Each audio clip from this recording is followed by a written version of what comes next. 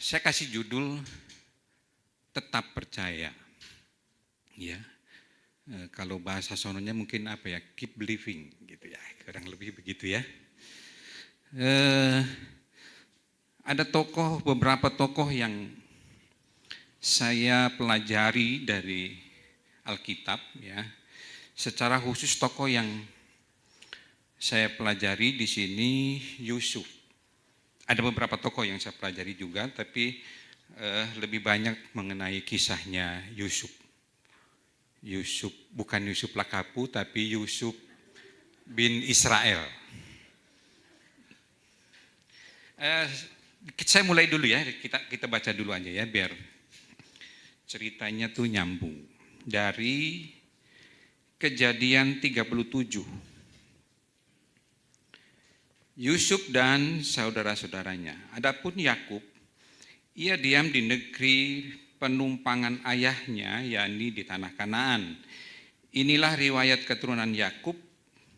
Yusuf tatkala berumur 17 tahun, jadi masih muda, biasa menggembalakan kambing bersama-sama dengan saudara-saudaranya, anak-anak Bilha dan Zilpa, kedua istri ayahnya. Dan Yusuf menyampaikan kepada ayahnya kabar tentang kejahatan saudara-saudaranya. Israel lebih mengasihi Yusuf dari semua anaknya yang lain, sebab Yusuf itulah anak yang lahir pada masa tuanya, dan ia menyuruh membuat jubah yang maha indah bagi dia. Setelah dilihat oleh saudara-saudaranya bahwa ayahnya lebih mengasihi Yusuf dari semua saudaranya, maka bencilah mereka itu kepadanya dan tidak mau menyapanya dengan ramah. Pada suatu kali bermimpilah Yusuf, lalu mimpinya itu diceritakannya kepada saudara-saudaranya. Sebab itulah mereka lebih benci lagi kepadanya. Karena katanya kepada mereka, coba dengarkan mimpi yang kumimpikan ini. Tampak kita sedang di ladang mengikat berkas-berkas gandum, lalu bangkitlah berkasku dan tegak berdiri. Kemudian datanglah berkas-berkas kamu sekalian mengelilingi dan sujud menyembah kepada berkasku itu. Lalu saudara-saudaranya berkata kepadanya, apakah engkau ingin menjadi raja atas kami? Apakah engkau ingin berkuasa atas kami? Jadi makin bencilah mereka kepadanya karena mimpinya dan karena perkataannya itu. Oke, sampai di situ dulu. Jadi secara keseluruhan cerita tentang Yusuf adalah Yusuf lahir ketika ayahnya Yakub sudah cukup berumur. Kalau nggak salah di umur 91 tahun ya. Jadi papahnya udah tua, dia lahir, dan karena dia lahir di masa Yakub berumur tua, dia mendapat kasih lebih dari yang lain. Jadi dia lebih disayang ya, lebih disayang dibanding yang lain. Saya belum ngerasain punya anak, jadi saya nggak tahu apakah bapak-bapak, ibu yang punya anak beberapa punya pengalaman begitu enggak ya? Ada mengasihi anak lebih, satu anak ini lebih dikasih dibanding yang lain. Nah, ini kasus terjadi dengan Yusuf. Yusuf lebih dikasihi dibanding yang lain. Bukan karena dia lebih ganteng, lebih pinter, tapi alasannya tadi itu, karena dia lahir ketika papanya sudah tua. Nah, ketika dia berumur 17 tahun, dia dapat mimpi dari Tuhan. Ya, tadi mimpinya sudah kita ceritakan, bahwa ada mimpi besar, ada visi yang Tuhan berikan kepada Yusuf. Mimpi yang sepertinya mustahil. Tuhan berikan itu kepada Yusuf. Dan saya kira semua orang percaya Tuhan punya rencana. Dan rencana setiap orang itu berbeda. Dan rencana Tuhan buat setiap orang itu pasti yang terbaik. Katakan amin. Jadi saya, saudara semua satu persatu, Tuhan punya tujuan memanggil kita untuk menjadi anaknya. Nggak mungkin Tuhan iseng panggil kita hanya untuk sekedar memenuhi gereja. Enggak. Tuhan punya tujuan, punya visi, punya rencana yang besar buat setiap orang. Dan setiap orang rencana Tuhan buat kita berbeda-beda. Dan semua yang terbaik buat kita. Itu udah pasti. Yusuf punya visi dari Tuhan yang begitu besar, yang luar biasa. Nah, ada beberapa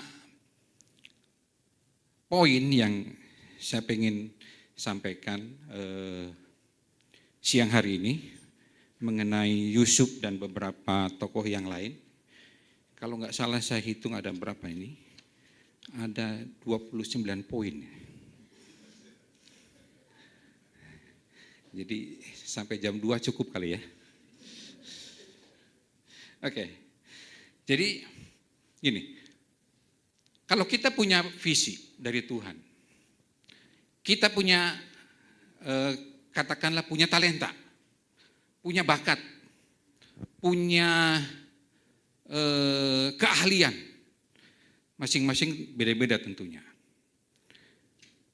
Fakta yang kita temukan di sekitar kita adalah tidak semua orang setuju dengan visi yang kita dapat. Tidak semua orang mendukung rencana yang kita dapat dari Tuhan. Tidak semua orang ikut sukacita, ikut senang dengan bakat, dengan talenta yang kita miliki. Belum tentu. Bahkan orang-orang yang terdekat sekalipun belum tentu ikut dukung. Ya, ini fakta. Kalau kita baca tadi di ayat yang kelima, pada suatu kali bermimpilah Yusuf, lalu mimpinya itu diceritakannya kepada saudara-saudaranya, sebab itulah mereka lebih benci lagi kepadanya.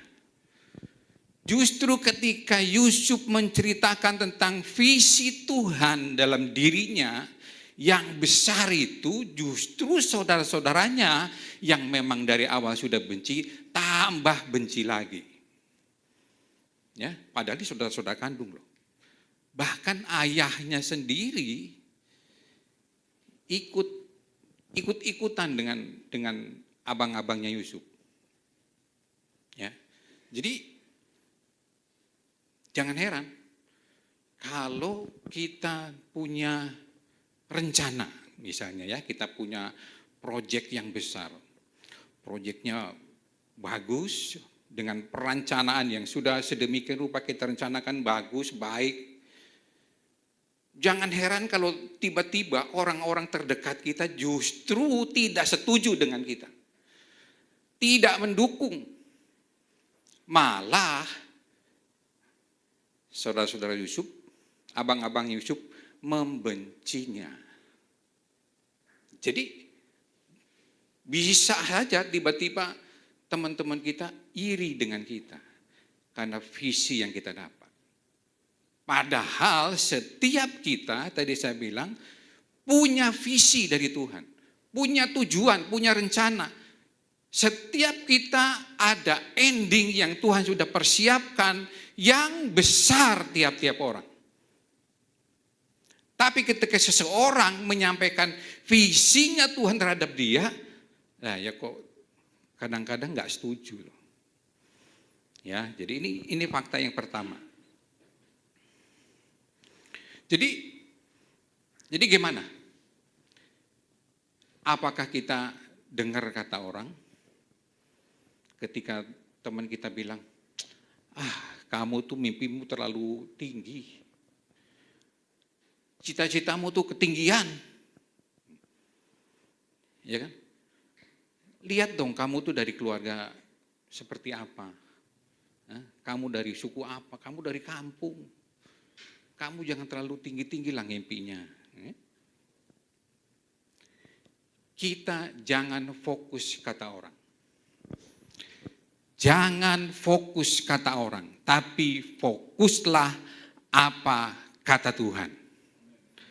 Karena setiap kita, Tuhan punya janji yang terbaik dan Tuhan akan mengawal kita, akan menyertai kita sampai tujuan yang Tuhan sudah siapkan buat kita. Katakan amin. Haleluya. Ya, jadi Tuhan pasti akan menyertai kita, akan mendampingi kita sampai visi yang kita dapat itu kita raih. Ya, jangan fokus kata orang. Oke, fakta yang kedua adalah ada beberapa ayat yang coba saya baca ayat 20. Ayat 20 bilang gini. Sekarang marilah kita bunuh dia dan kita lemparkan ke dalam salah satu sumur ini. Lalu kita katakan seekor binatang buas telah menerkamnya dan kita akan lihat nanti bagaimana jadinya mimpinya itu. Lalu ayat yang ke-24. Dan mereka membawa dia dan melemparkan dia ke dalam sumur. Sumur itu kosong dan tidak berair. Jadi yang pertama rencana dia mau dibunuh, yang kedua kemudian dia dilempar ke dalam sumur kering. Lalu yang ketiga, ayat 27, marilah kita jual dia kepada orang Ismail itu. Jadi dari kisahnya Yusuf ada 3 hal yang direncanakan oleh saudara-saudaranya. Yang pertama, mereka akan bunuh Yusuf. Kemudian mereka lemparkan Yusuf ke dalam sumur kering. Dan yang terakhir adalah mereka dijual ke orang Ismail. Jadi fakta yang berikutnya adalah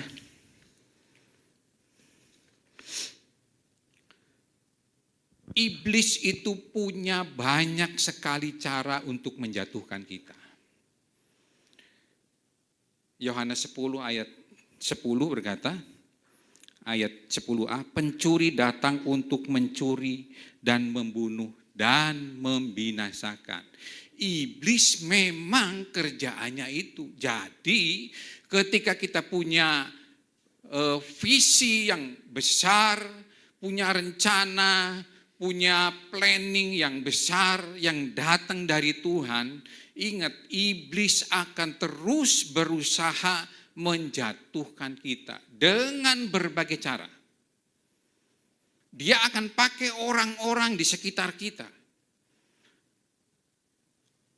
Mereka akan berusaha mencelakai kita. Iblis terus-menerus berusaha mencelakai kita. Sepanjang umur kita itu memang akan dilakukan terus oleh iblis. Tapi ingat,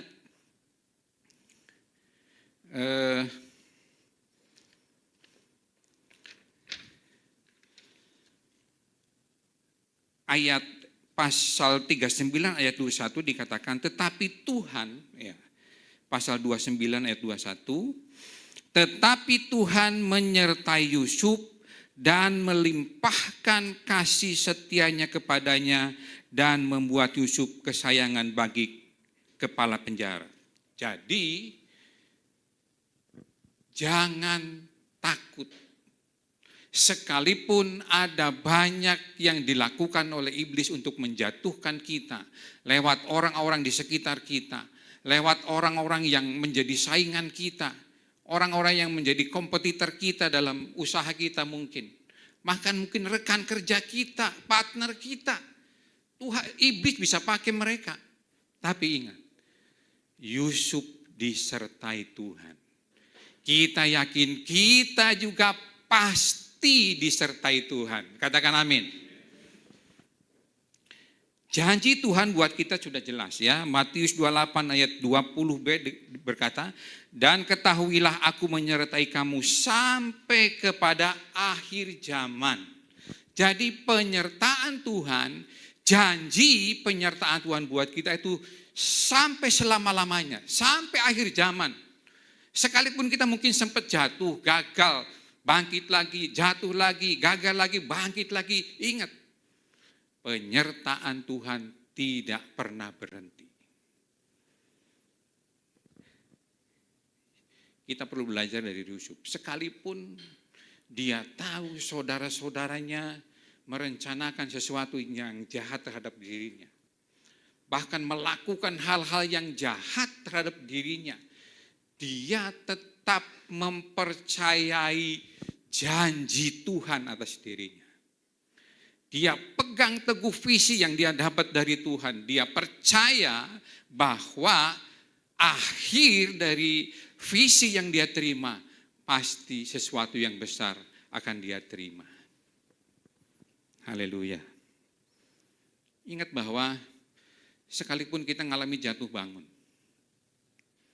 teman-teman kita mencoba menjatuhkan kita, orang-orang di sekitar kita coba menjatuhkan kita.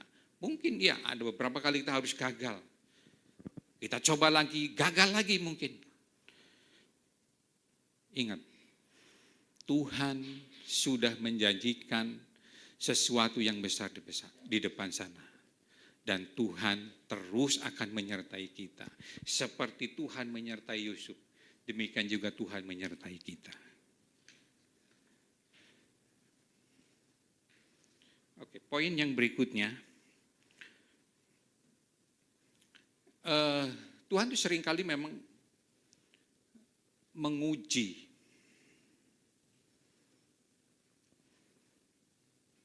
Tuhan menguji dalam hidup kita ini, banyak sekali kita diuji oleh Tuhan. Selain Tuhan mengizinkan pencobaan-pencobaan yang iblis kerjakan dalam hidup kita, Tuhan sendiri juga menguji.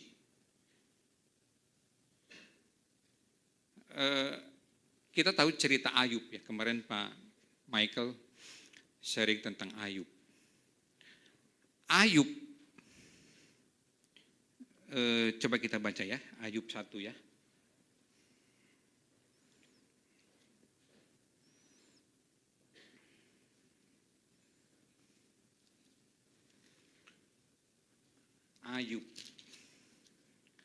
Ayub yang pertama, ada seorang laki-laki di tanah Uz bernama Ayub.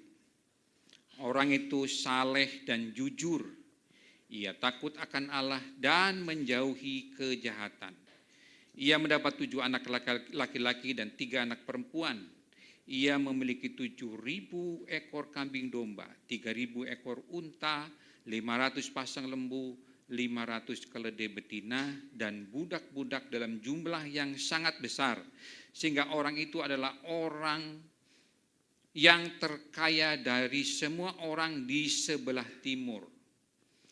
Anak-anak yang lelaki biasa mengadakan pesta di rumah mereka masing-masing menurut giliran, dan ketiga saudara perempuan mereka diundang untuk makan dan minum bersama-sama mereka.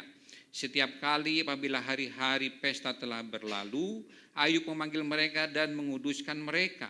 Keesokan harinya pagi-pagi, bangunlah ya Ayub, lalu mempersembahkan korban bakaran sebanyak jumlah mereka sekalian. Sebab pikirnya mungkin anak-anakku sudah berbuat dosa dan telah mengutuki Allah di dalam hati. Demikianlah dilakukan Ayub senantiasa. Pada suatu hari datanglah anak-anak Allah menghadap Tuhan, dan di antara mereka datanglah juga iblis. Maka bertanyalah Tuhan kepada iblis, dari manakah engkau? Lalu jawab iblis kepada Tuhan, dari perjalanan mengelilingi dan menjelajah bumi. Lalu bertanyalah Tuhan kepada iblis, apakah engkau memperhatikan hambaku Ayub? Sebab tidak seorang pun di bumi seperti dia, yang demikian saleh dan jujur, yang takut akan Allah dan menjauhi kejahatan.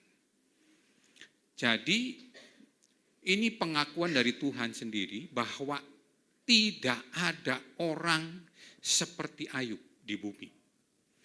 Dia saleh, jujur, takut Tuhan, dia menjauhi kejahatan. Jadi perfect lah ini orang ya. Sudah orang yang udah baik ya, udah hidupnya saleh, dia jaga kekudusan, dia jaga hidupnya untuk tidak melakukan hal-hal yang jahat, kaya lagi. Ya. Konglomerat gitu ya. Kalau di Indonesia mungkin dia top 10 gitu ya. Salah satu mungkin dia orang terkaya di Indonesia gitu misalnya gitu ya. Jadi kekayaannya luar biasa. Orang paling kaya di timur waktu itu dikatakan. Jadi kaya banget lah gitu ya. Tapi kalau kita terus baca di situ, Ayub yang sedemikian salehnya, Ayub yang sedemikian menjaga hidupnya bersih di hadapan Tuhan, nggak luput dari ujian dari Tuhan.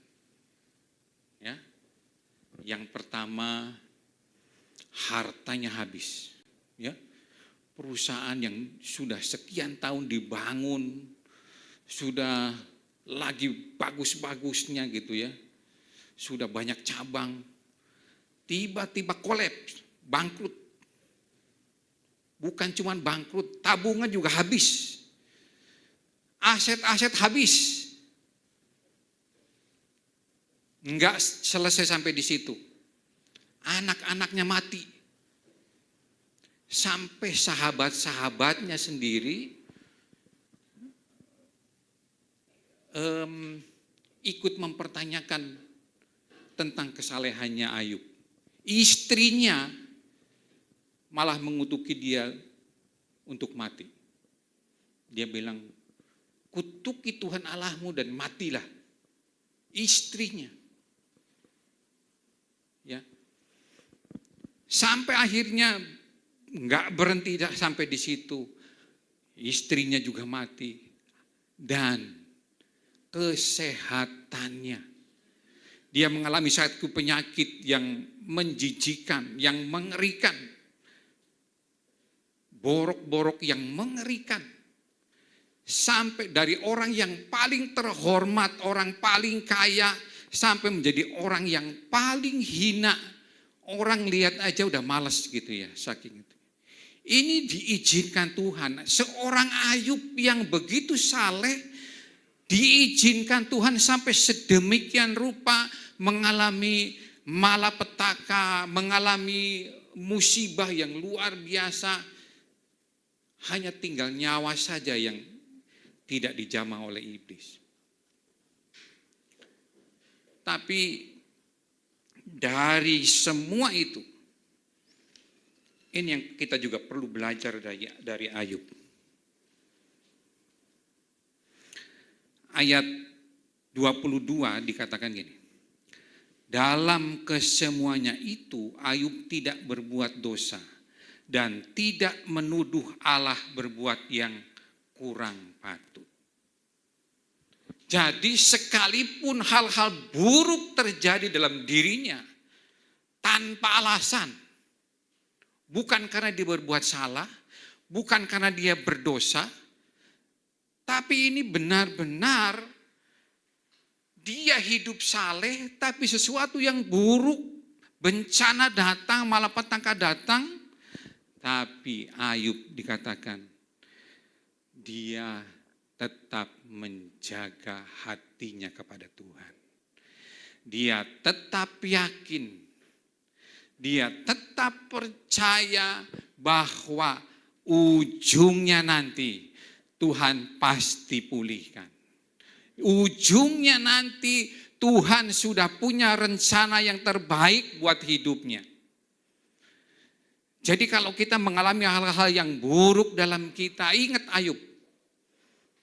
Sekalipun hal-hal yang buruk yang kita alami ini mungkin rasanya enggak adil loh. Saya harusnya enggak terima semacam ini. Misalnya kita punya keluarga yang sakit, yang bertahun-tahun kita doakan, enggak sembuh-sembuh. Kita punya cita-cita, kita punya kerinduan, kita doa kepada Tuhan, kita punya permintaan, kita doa kepada Tuhan, bertahun-tahun kita tunggu jawaban, enggak ada jawaban. Yang ada keadaan kita makin hari makin buruk, makin susah. Ingat, Ayub jauh lebih buruk yang dia alami.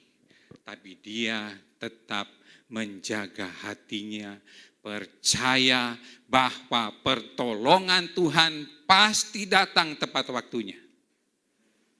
Amin. Haleluya. Boleh juga berikan tepuk tangan buat Tuhan. Haleluya.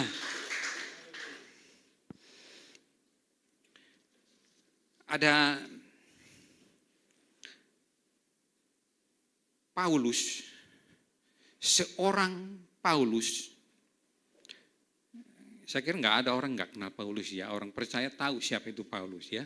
Karena sepertiga perjanjian baru itu isinya tulisan-tulisan Paulus. Paulus dipakai Tuhan luar biasa. Ya. Dia menyerahkan hidupnya, bahkan dia nggak ada takut-takutnya. Dia pergi berlayar, berkali-kali dia mau karam, berkali-kali dia mau hampir mati, ditangkap, disiksa. Tapi ada satu proses yang Tuhan izinkan. Ada ujian yang Tuhan lakukan terhadap Paulus. Kita baca dari 2 Korintus 12 ayat 7. Dan supaya aku jangan meninggikan diri kepada, saya ulangi, dan supaya aku jangan meninggikan diri karena penyataan-penyataan yang luar biasa itu, maka aku diberi suatu duri di dalam dagingku, yaitu seorang utusan iblis untuk menggocok aku, supaya aku jangan meninggikan diri. Tentang hal itu aku sudah 3 kali berseru kepada Tuhan, supaya utusan iblis itu mundur daripadaku. Tetapi jawab Tuhan kepadaku, cukuplah kasih karuniaku bagimu, sebab justru dalam kelemahanlah kuasaku menjadi sempurna. Sebab itu terlebih suka aku bermegah atas kelemahanku, supaya kuasa Kristus turun menaungi aku. Ya, jadi Paulus yang dipakai Tuhan luar biasa untuk menjangkau banyak sekali jiwa. Banyak daerah zaman itu yang dijangkau oleh Paulus, dan akhirnya banyak orang-orang percaya kepada Yesus karena Paulus. Tapi ada satu hal, utusan iblis yang menggocok. Saya nggak tahu ini kalau kaum orang-orang teologi ini yang dimaksud dengan utusan iblis ini apa? Ada beberapa orang yang menerjemahkan itu sakit penyakit, tapi Alkitab nggak menulis secara jelas itu apa. Katakanlah, oke, sakit penyakit. Jadi Paulus menderita, ini baru interpretasi saya ya. Jadi kalau misalnya itu memang benar sakit penyakit, saya pikir bukan duri dalam daging yang cuma kalau dulu kita di kampung itu, saya orang kampung, jadi saya tahu kalau kita ke semak-semak itu ada semak-semak yang ada duri gitu ya. Kalau kita kepegang gitu ya, kayak mawar gitulah yang paling yang populer ya. Populer itu kalau mawar itu kan ada durinya batangnya ya. Itu kalau kepegang itu nancep di sini ya, lumayan tuh berdarah gitu. Tapi saya dengar dari ini, jujur saya dengar dari hamba Tuhan yang bilang bahwa duri yang dipakai dalam istilah ini, kata yang sama juga dipakai dalam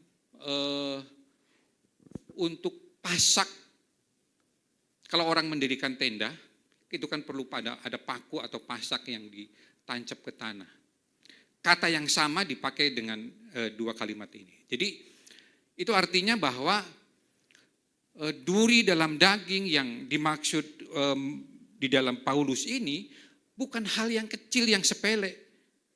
Tapi sesuatu yang serius. Kalau itu sakit penyakit, tentu sakit penyakit yang serius. Dan ini cukup mengganggu Paulus dalam pelayanan. Orang sekelas Paulus, dia doa minta sampai 3 kali kepada Tuhan. Jawaban Tuhan adalah, cukup kasih karuniaku bagimu. Jadi kadangkala ada hal-hal yang Tuhan izinkan dalam hidup kita, hal-hal yang gak enak buat kita. Mungkin saja itu sakit penyakit, mungkin saja itu kelemahan kita atau apapun lah, ya, yang gak lepas-lepas rasanya dari kita. Ingat bahwa Paulus saja yang sekaliber itu mengalami hal yang sama, bahkan 3 kali dia minta kepada Tuhan, dia doa kepada Tuhan, jawaban Tuhan adalah, cukup kasih karuniaku bagimu. Itu artinya doanya ditolak. Iblis yang diutus untuk menggocok itu akhirnya nggak pergi dan terus ada dalam dirinya. Itu sekelas Paulus. Tapi itu tidak mengubah Paulus untuk tidak percaya kepada Tuhan. Dia tetap dengan keyakinannya bahwa ujung dari hidupnya jauh di sana ada perkara yang jauh lebih dahsyat yang akan dia terima dari Tuhan. Jadi apapun yang kita hadapi, sesulit apapun, sesakit apapun, semenderita apapun, ingat bahwa ada perkara yang besar yang Tuhan sudah siapkan di depan. Yang harus kita lakukan adalah tetap percaya kepada janji Tuhan. Amin. Baru berapa poin ya? Ada 29 poin loh. Jadi masih banyak ini ya. Baru 1 poin ya.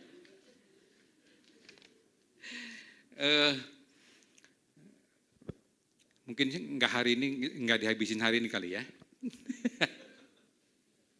Karena sisanya saya juga belum dapat sebenarnya.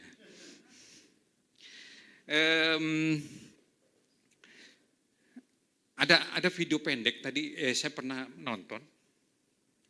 Tapi saya cari-cari lagi, saya nggak dapat gitu ya. Saya tadinya pengen download, pengen ditampilin gitu, tapi saya cari-cari keywordnya tuh nggak ketemu gitu, jadi nggak ketemu tuh video. Tapi kurang lebih ceritanya gini, saya ceritain aja lah ya, nggak usah nonton videonya. Percaya aja deh ya, saya cerita ini beneran saya nonton gitu ya. Jadi gini, ada seorang wanita muda yang lagi hamil, duduk di bangku panjang gitu ya. Di sebelahnya ada laki-laki yang sudah berumur duduk. Wanita ini duduk kelihatan begitu gelisah gitu ya. Gelisah sekali kelihatan. Nah, si laki-laki ini mencoba untuk mencairkan suasana, dia tanya, sudah berapa minggu? Nah, wanita ini nggak jawab, cuma nengok sebentar, lalu tanpa ekspresi diam. Lalu buru-buru si laki-laki berumur ini, buru-buru dia langsung bilang, oh I'm sorry. Ya, mungkin dia pikir, dia takutnya wanita ini terganggu dengan pertanyaannya, jadi dia buru-buru, I'm sorry. Kemudian wanita ini langsung jawab, 32 minggu. Oh, kalau gitu sebentar lagi. Tentu Anda begitu excited untuk menyambut kelahiran. Scare, takut dia bilang. Ceweknya bilang, saya takut. Oh, bagaimana dengan keluargamu? Hanya ada papa dan dia lagi sakit.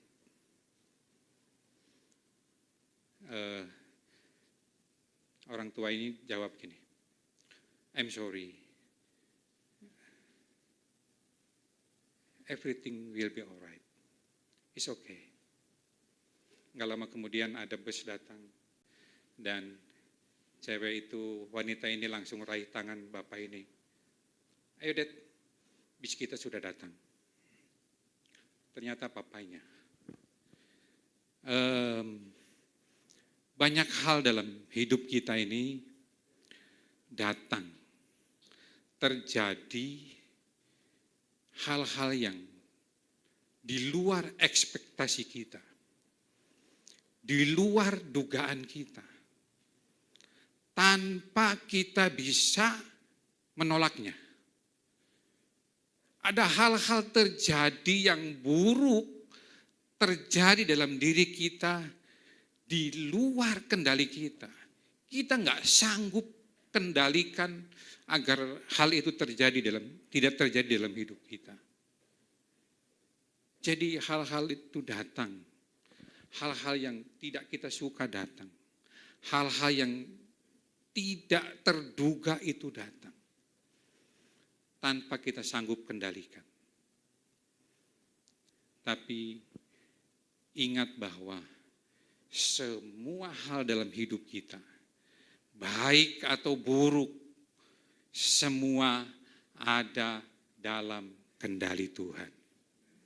Semua ada dalam kendali Tuhan. Berikan tepuk tangan buat Tuhan. Haleluya. Haleluya.